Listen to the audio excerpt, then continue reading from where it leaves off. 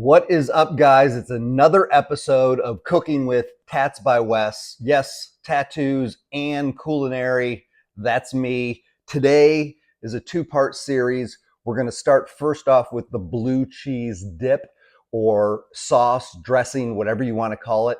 It's great for just dipping crackers in, green apples, also accenting a steak or a venison, which eventually we'll do in the second video. But if you're looking to up your cheese dip game, this is going to be the sauce that you want to make.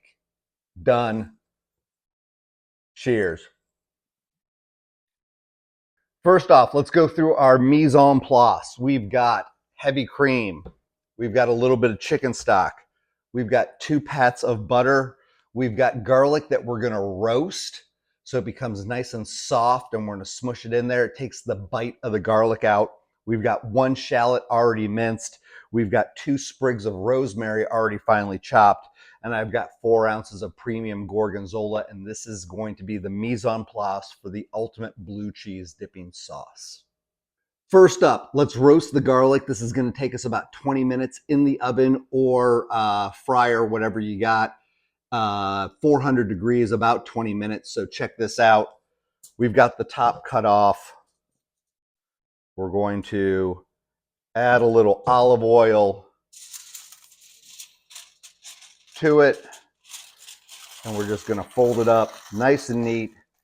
Set it in the oven, 400 degrees, about 20 minutes, or until it's soft to the touch. So while the garlic is roasting, getting soft, taking that bite away, now we're going to start building the base of the sauce.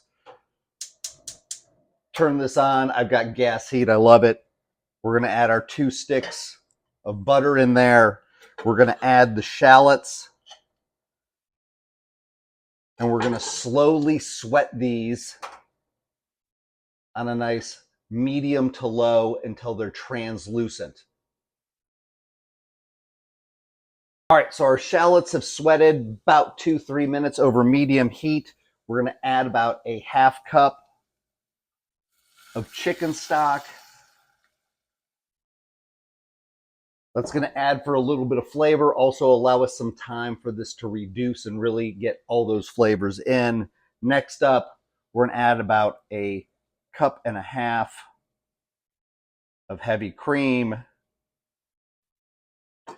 We're going to bring this to a boil, then let it simmer and start to reduce. Then we're going to add the blue cheese. And lastly, we're going to add the rosemary. When you're looking or using fresh herbs, that's the last thing you use. If you're using dry herbs, you put them in first to get those flavors to bloom. If you're using fresh herbs, we're always going to use them last. When I'm cooking, I usually like to deglaze things with wine. Also,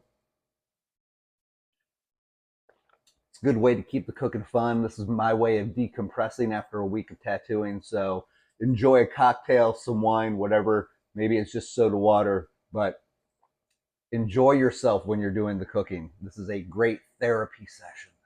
At some point, as this starts to bubble, and you can see this in the camera, the volume's going to raise. It's going to start to foam up. Turn that down to low. We want to keep this at a simmer, and we also don't want everything overflowing, making a disastrous mess. So you need to keep your eyes on this sauce. You can't be going off walking the dogs while you're making this sauce. Keep your eyes on it. Trust me, it's not too bad. We've been simmering about 10 minutes, so now it's time to add the blue cheese. We're going to dump all that in. Make sure we get all those goombats that are in the bottom. We paid good money for some premium gorgonzola or blue cheese. I love gorgonzola. Give that a little stir. We're going to let that continue to simmer while our garlic is still roasting. We've been simmering about another additional 6-7 minutes. I've been stirring with my whisk. Now it's time to add a little salt and pepper. We're going to go 2 teaspoons of salt. Everything gets salt and pepper. And I mean everything. A couple cranks of the pepper. Now we're going to add 2/3 of the rosemary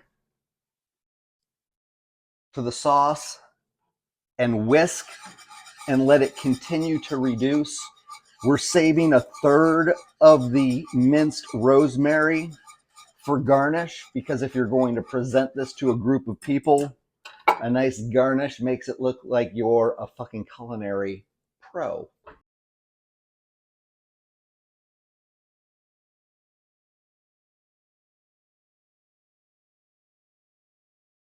We added in that roasted garlic, we stirred it, we let it simmer for about 5 more minutes. The garlic was nice and soft, caramelized on top. We've got the ultimate blue cheese roasted garlic, rosemary dipping sauce. Let's try it out. Fucking fantastic. You got it. Stay tuned for the next recipe where I use this to dress and finish a beef tenderloin venison bruschetta, which is going to be fantastic. But feel free to make this for just entertaining guests as a nice new cheese dipping sauce. Fuck that Velveeta shit. This is the sauce to use. Cheers.